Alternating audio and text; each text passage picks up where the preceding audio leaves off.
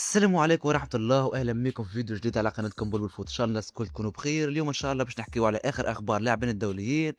حنبع المجبري رجع، ومنتصر الطالبي كيف رجع، والسخيري يكون موجود مرة أخرى في التشكيلة الأساسية مع فرانكفورت. اليوم عندنا برشا أخبار. قبل ما نبداو الفيديو نتمنى الكل تصليوا على النبي صلى الله عليه وسلم، تنساوش تشتركوا في القناة وتفعلوا الجرس، ويلا بينا نبداو بعودة المحارب. شارك حنبع المجبري ضد ليدز يونايتد من الدقيقة 53 وقدم أداء جيد ومحترم. كان أفضل لاعب بفريقه بيرلي منذ نزوله، حيث أعطى توازن للفريق وتحسن أداء.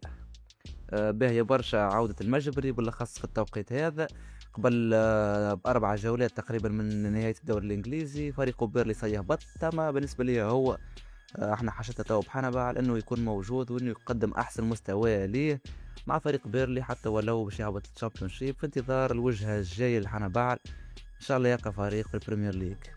خلينا مازلنا مكملين مع حنبع المجبري. حنبع تعرض لصفرات استهجان من قبل جماهير ليدز مع كل لمسة للكرة، وذلك بسبب الشجار الذي صار بمباراة الذهاب. نشوفوا مع بعض. صار جديد للحنابة، في استوى لوكاس بيريز. حنابة حط الكرة بينية، كوتي حط الكرة تشارو من جديد.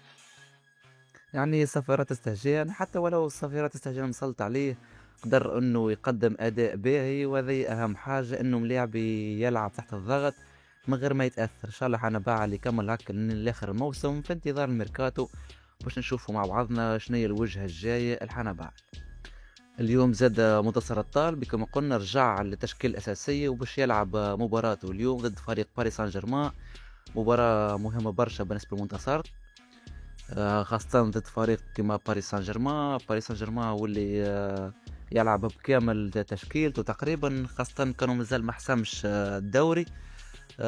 إلى حد الآن منتصر فريقه خاسر واحد بلاش. المهم كل اللي يهمنا هو أداء منتصر الطالبي ما يكونش كارثي، يكون أداؤه باهي ضد واحد من أكبر الأندية في أوروبا الموسم هذا. بنشوف مع بعضنا أخبار آخر. أسيست خيالي من أنيس بن سليمان منذ قليل ضد هال سيتي. نشوف مع بعضنا الأسيست.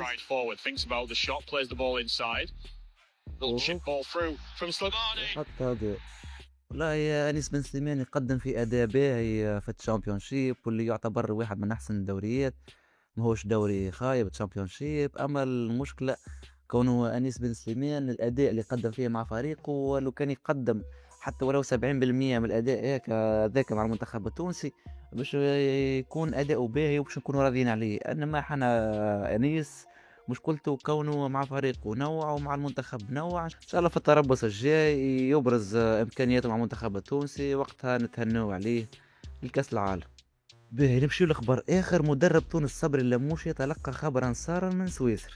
هيا باهي خلينا نشوفوا شنو هي الأخبار هذا. صبري اللموشي يقترب من استعادة ديلان برون. باهي برشا. نشر فريق سيرفة جنيف مؤخرا مقطع فيديو يظهر عودة اللاعب إلى الجري، في إشارة واضحة إلى تقدم حالته الصحية ورغبته كبيرة في استعادة الجاهزية الكاملة، حيث يأمل المدافع البالغ من العمر 30 عام خوض مباراتين أو ثلاث قبل الإعلان عن قائمة النهائية لمنتخب تونس.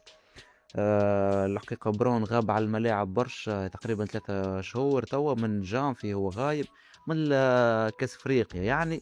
ان شاء الله نحن نقولوا ان شاء الله يرجع ديلان برون. ما نعرفش اذا كان الوقت توا باش يسعفوا ولا لا، بحكم توا المباريات تقريبا باش توفى، الدوريات الكل باش توفى، الدوري السويسري زاد كيف الدوريات الكل باش يوفى. ان شاء الله ديران برون يعني هيحاول يكون موجود في احسن جاهزية ليه، ويقدم على الاقل 3 ولا 4 مباريات قبل ما يكون فما قائمة من اصله. عودة برون باش تكون مهمة بالطبيعة. غدوة سلتيك فريق لاعبنا الدولي سيباستيان تونكتي باش يكون زاد عنده مباراة ماتش، باش يكون مع نص نهار هاك، اللي حاب يتفرج. المهم ان شاء الله بالتوفيق لملاعبيتنا الدوليين الكل في دورياتهم الاوروبيه، وان شاء الله يقدموا احسن مستوى ليهم من هنا كاس العالم، ويكونوا في احسن جاهزيه. لهنا نكون وصلنا لاخر فيديو. ما بقى لي كان باش نقول لكم ان شاء الله نلقاكم فيديو جاي ان شاء الله، وسلام.